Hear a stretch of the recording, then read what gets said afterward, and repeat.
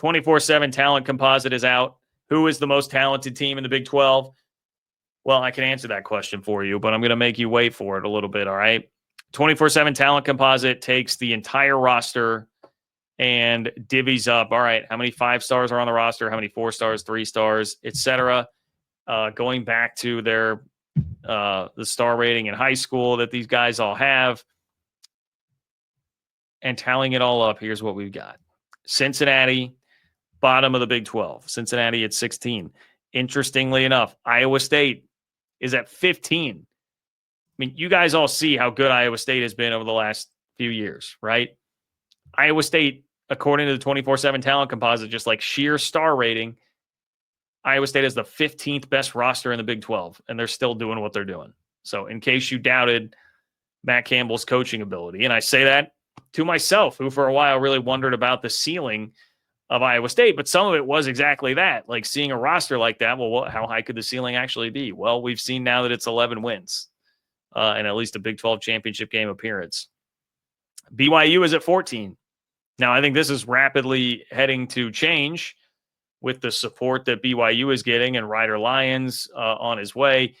BYU has been doing a much better job on the recruiting trail, but for right now, they're 14th, which underscores how impressive the job was that Kalani Sitake did last year with that group. Arizona is 13 in the 24/7 talent composite. Houston is 12. Houston does have one 5-star in there. I presume that's Connor Wegman, I would assume, right? So they have one 5-star, but only 5 4-stars, which is considerably less than almost everybody except Iowa State, who has only one 4-star or better player on the entire roster, which again is crazy. But Houston in there at 12. West Virginia is at 11. So, I guess if you're listening to West Virginia fans seem to be really optimistic about what's going on with their program, even in year one under Rich Rod. West Virginia at 11, a little bit higher than I would have expected with all the roster turnover that they have. But so is Oklahoma State at number 10. Oklahoma State, 9 4-star players on the roster. West Virginia, by the way, had 10. West Virginia in there at 11. Oklahoma State at 10. Kansas is at 9. Now, this is where things are really, really tight here. Okay, so Oklahoma State had a 702.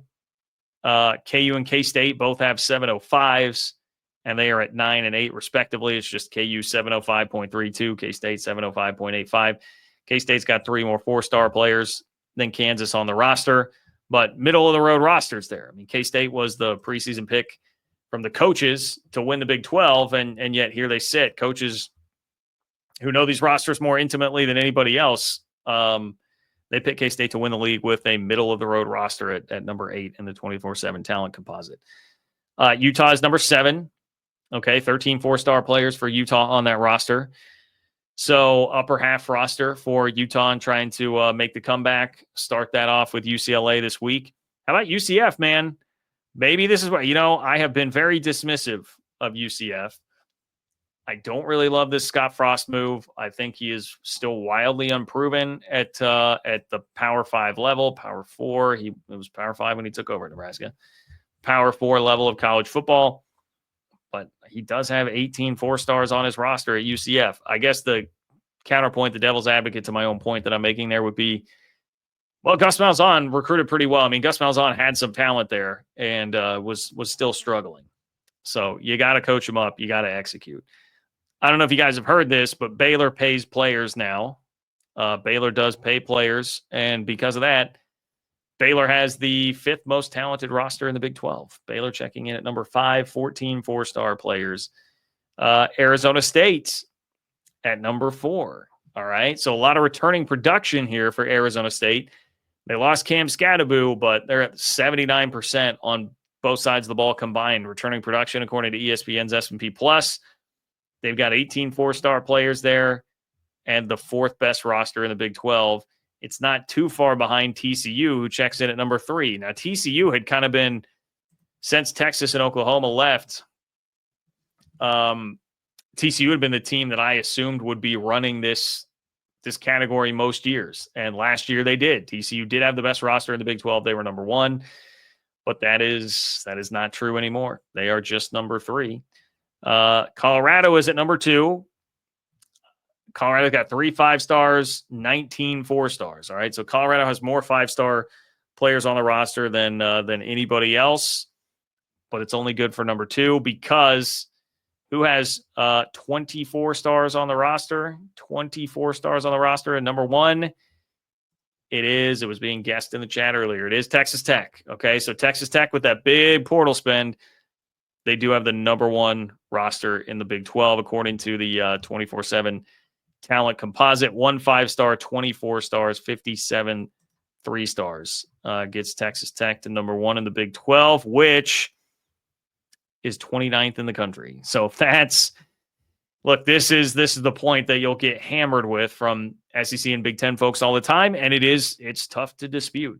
The number 1 team in the Big 12 in the 24/7 talent composite, Texas Tech, is 29th in the country overall. Colorado is right behind them at 30. North Carolina's 31. TCU's 32. So you're looking at that matchup, North Carolina, TCU.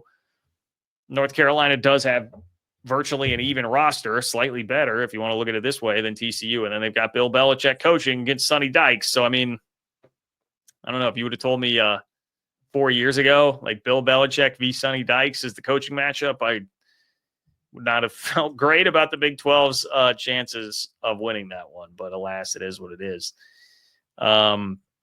If you're curious about, like, say, Nebraska, who Cincinnati will be taking on this weekend, Nebraska has the 20th best roster in the country, according to the talent composite.